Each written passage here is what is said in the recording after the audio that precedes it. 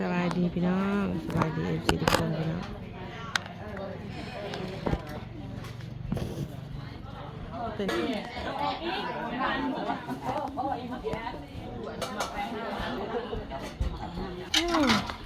ผักเนาะแม่คุณล่างถวยสบายดีพี่น้องล่างถวยก่อนช่องสั่งบ่ไม่ใหญ่ไม่ใหญ่ข้อมกับอันเจ๊ซ้ายบ่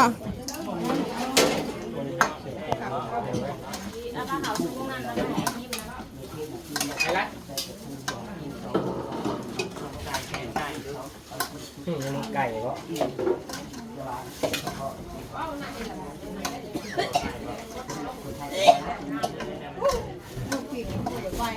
ตัวเป็นยังสาย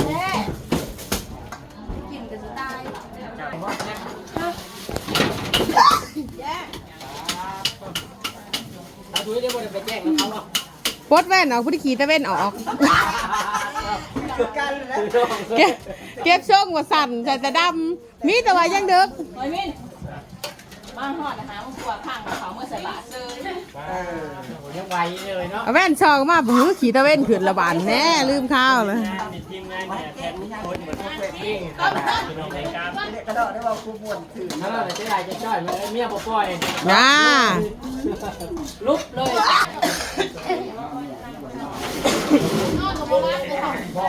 ดาววันนี้ใช่แต่พวกก็โมเก้าโมเขียวพ่นมือได้แต่บันดาโพดไหมเขาจะเอาการหมูกันเขาคืนในรับเกี่ยวข้าวเนี่ยผู้เบื่อจะเอาผิดโอเคอันเบื่อพ่นหักเลยเอา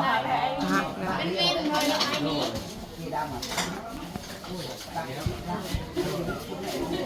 วันนี้อะไรเนาะ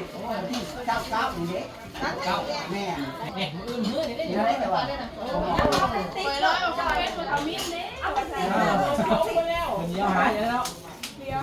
ยกไปเลยปล่อยยกไปแล้วเอาไปนอนเลย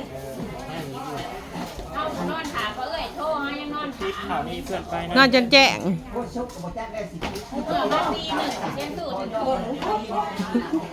ต้องไปไปบ่นั่นแหละอันลูกเข้าเพิ่นไปใส่โบมันว่ากระตุนมากุมฮักคอใช่ไหมจ๊ะไปกุมเศร้าหรือสิฮักคอมันว่ากระตุนมาใส่โบอยู่ลุ่มมันขึ้นมาบ่ได้เพิ่นบ่กินมีแต่ให้สิตักให้ไปตามาพอดีคุณน้อยคุณน้อยเมื่อคืนมึงก็ไปนอนอีกมึงนั่งอยู่เมื่อคืนหนึ่งทอดครับตายหนาวเลยพวงมานอนรอบเศร้าโทษคือเป็นติดรับทราบที่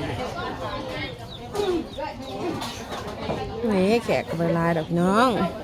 แกสเบิร์ดเลยดิ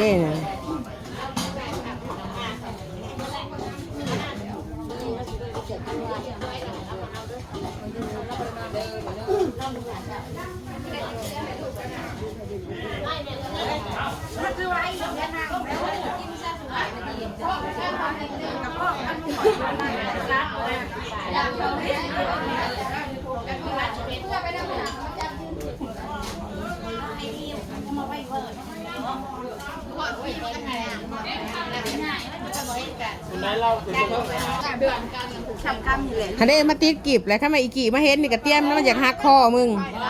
หักคอเขาบอกเห็นว่าท่าต่างกล้องจะไปเบิ่งทั้งแก่ผู้คันมีจักไปไหนนะเขาบอกเลยใส่แต่เมื่อคืนในบุตรบ้านจักแพ้ชอบเอาไหวไปทางใดแม่จะเห็นค่าต่างกล้องเขาอยู่เขาบอกเห็นตั้งแต่เมื่อวานนี่แหละ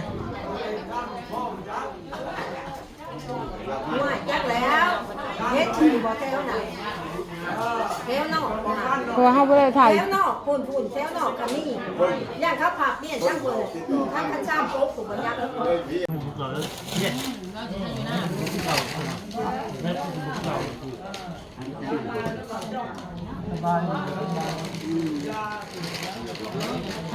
อันห้าสิแก่ซอยเด้อในแคนน่ะ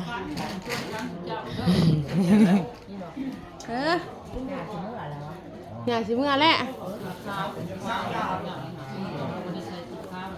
ไม่ใช่อีเมลได้อยากสิเมื่อกันเลย ฮะกินขนมเลยฮะ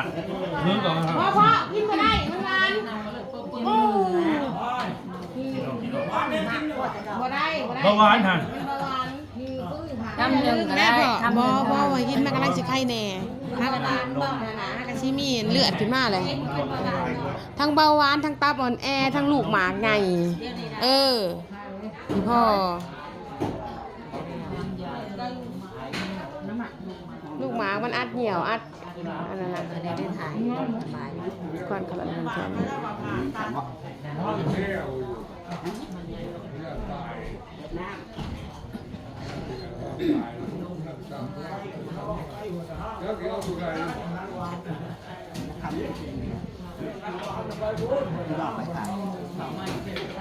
อันชุดเจ้าว่ากันได้ใช่ไหมขาพระกองพระควันน่ะหรือจังได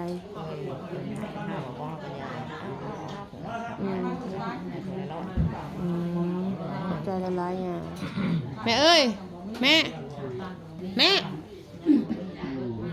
มาพี่ก่อน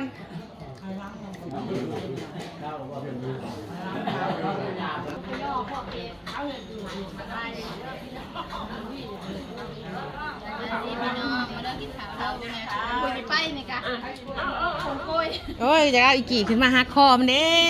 มาเห็ดเกาะอันนี้มันคือการ์ตูนเพิ่นมาใส่โบมันจะมากุมยุ้มฮักคอมันการ์ตูนน้อยขนาดนั้นต้นน้ำผีมันมารู้อะไรสิไปล่ะฮะกระซังเลย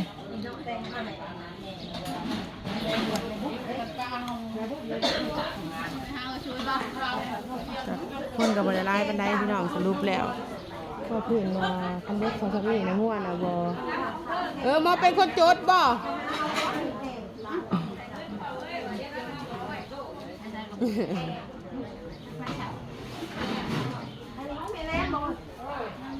ใครเป็นนักเบิร์ดสมิธนะพี่น้องมาซื้อตื่นก็ได้หายันพอกินนะพี่น้องเดินร้ายอยู่สิ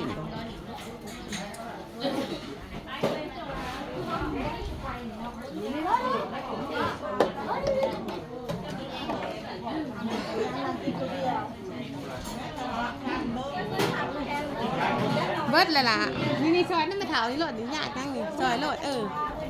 นี่ยซอยนั่นมาเถาแล้วโหลด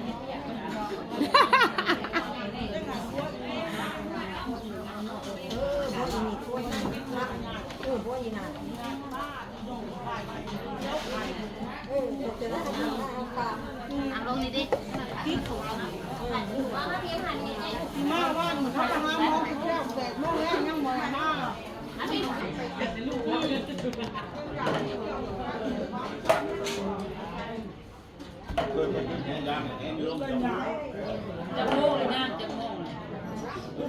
8 โมงปลายเลยไหมคะ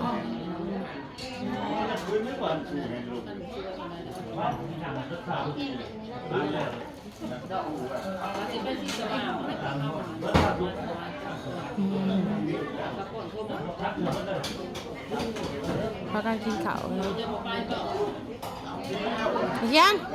ไอ้เขียนยินกินแน่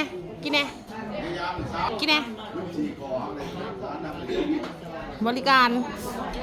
เอามาให้สิแกะซอยมาผ่ายผู้แค้นนะ เธอหวังอะไรในตัวฉันหรือเปล่า ฉันหวังเงิน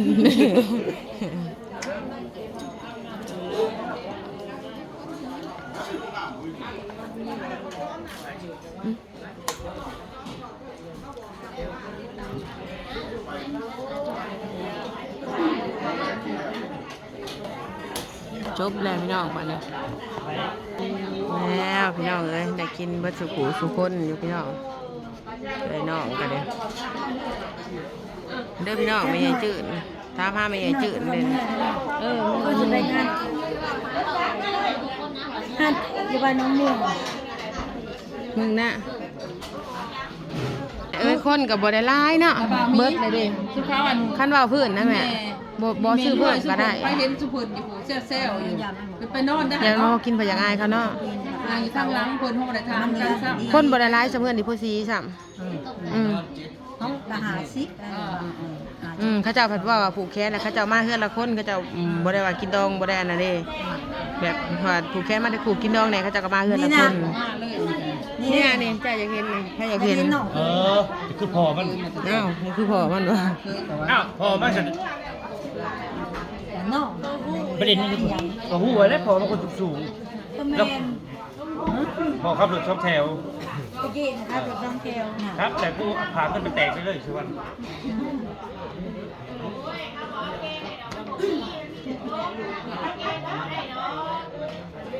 คือพอมันคนติดคนธรรมดาแล้วก็ต่ำเก่ง มันเป็นทหารจบออกมาเป็น ดีใจพี่น้องพออยู่พอกินกับพออยู่พอกินจบเจือพี่น้องเลยงวดตัว1 10 โลผ่านไปโดยดี ใช่คือบอกอันนี้ พี่ได้งานพี่น้องเลยมาซอยพี่น้องเลย คือว่าอย่างนี้มันบักกูนอกนี่นะบักป๊อกบักป๊อกบักยางบักมาป๊อกเลย บ่บักกูใหญ่นะบักกูน้อยนะตัวอื่นนะบักอีสาน บักป๊อกบักป๊อกอีช็อกบักป๊อกบักยังตัวน้อยนะ จักเป็นอย่างแล้วพาไปหนักมาเปิดซะแล้ว อันนี้ครับชิมเมื่อไหร่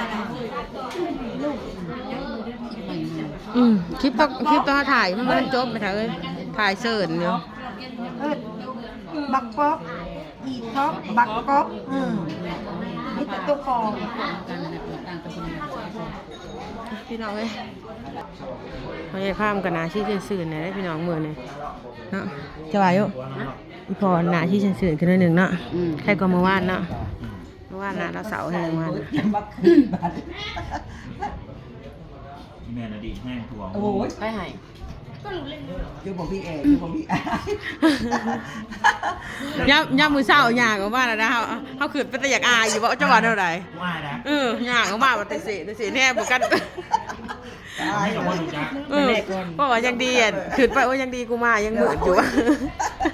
ยังบางเพื่อนเขาขับปิดไม้มันเห็นไปไหน กูเห็นไปแล้วไม่ได้ไหนหนวดไปแหละตอนย่างของมานั่นมาสิ